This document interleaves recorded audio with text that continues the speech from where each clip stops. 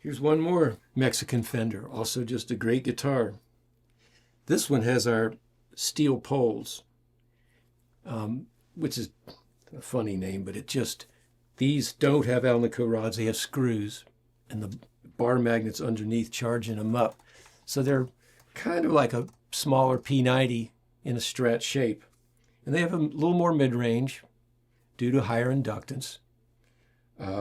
They're still clean because you're only picking up the string once. But you can hear that thicker mids.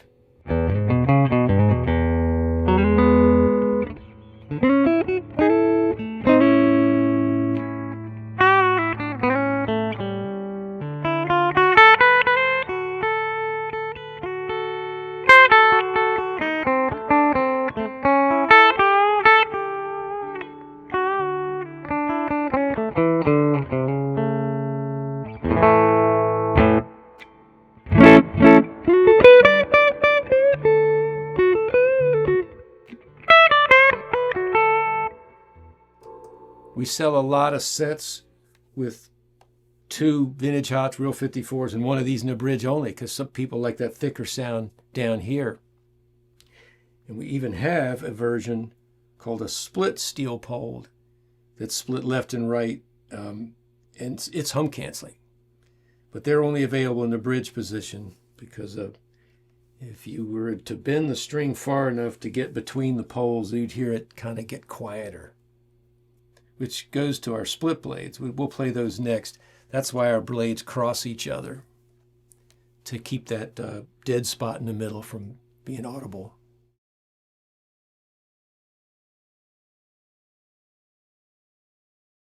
The 43's are wound with 10,000 turns, 88 and 88. So 10,000 is what a real P90 had. They're still in a Strat. It's a taller, narrower coil, so they're brighter than a real P90.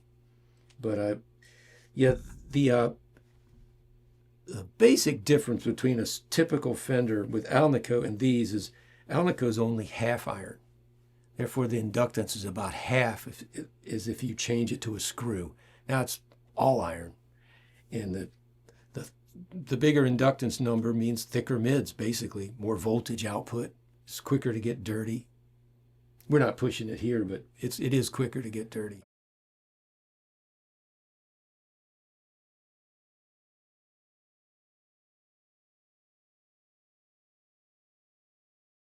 A hysteresis curve is a graph of a pickup's resistance to change of direction. And that's why Alnico 3 sounds different than 5. You know, it's just a different hysteresis curve, but it's the whole coil that's affected when you change magnets like that. And in this pickup, the hysteresis is of steel.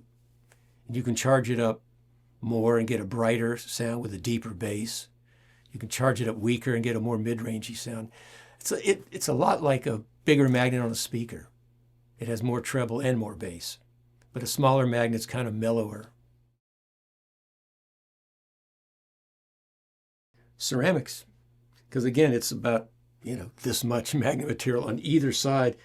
This has a keeper bar, which like P90s and humbuckers have, which is just a steel bar that the screws sit on. And so either side of that is only room for about a little more than 1/8 of an inch of magnet material. So, it's about the same strength as the 1/2 inch bar magnet that might be under a P90. In other words, the Gauss up here at the head is the same as a P90. We just need a stronger magnet because you have a much smaller space for the magnet.